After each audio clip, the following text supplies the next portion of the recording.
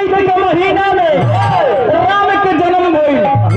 यही चैत के महीना में भगवान हनुमान के जन्म भइल। यही चैत के महीना में शिव जी पार्वती जी के शादी भइल।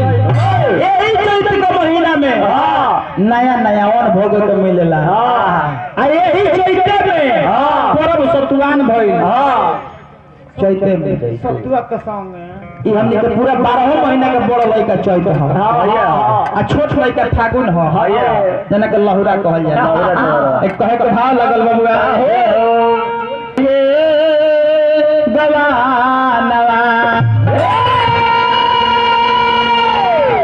अरे भावनवा में छोड़ी के कोरस कम बका नया देखो कैसे सुदर्शन यादव का स्टूडियो से छूटल है।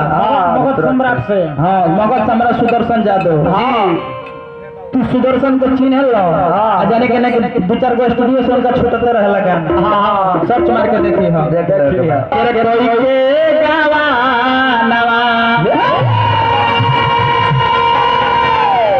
की भावनवा में छोड़ी के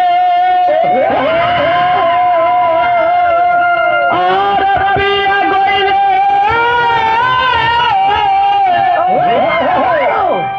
और पूर्वी के रहो चैतवा पिया गोइल पूर्वी के। हम अमरेश भैया तो सुमिरने सॉन्ग जाइल बने कहता है कि 20 से भूला गेल बने। हां मन पर गुल हो जाला बात कर गोवर्धन तवा तो पिया गोइल पूर्वी के मेहरा रे छठना पिया से पहले का बबुआ कि रे पिया रे छोरिया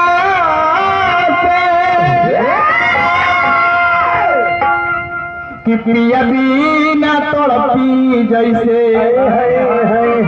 कि जल के मछरिया से अरे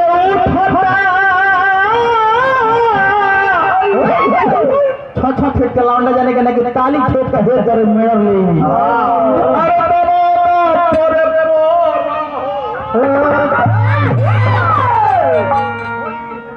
उठता दर्द पोरे जाए चितिका बोर ये लोड़ी के नाती रोता घरवा ते भोरहरिया में कटनी कटई तो हे जो जाने के लगे मसूरी खसारी काटे चाहता आ तू लौड़ी के नाती बाहर आ ले बाड़ा मौके कहलस बबुआ कहलस पिया तोर देसिया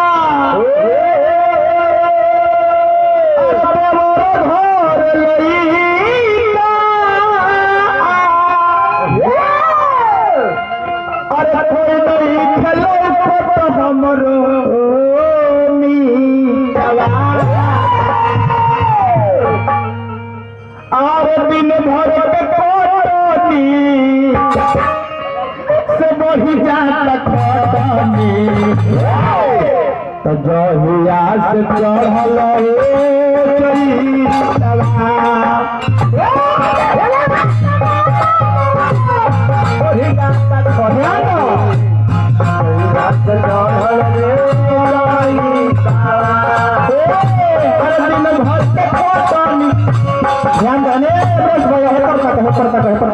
धोती पर के तरह होला जगता हे परता ए दिन भर कोटनी हे रमेश भैया ए दिन भर कोटनी से चढ़ल खटनी जहिया से चढ़ल हो नीचे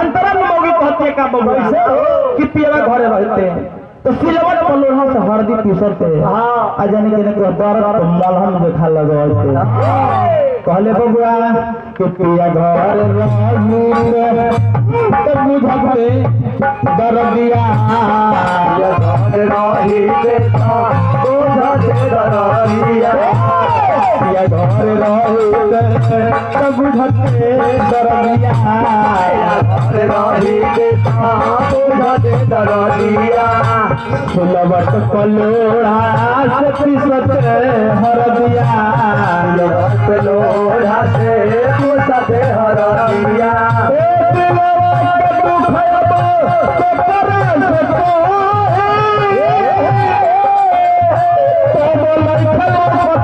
राही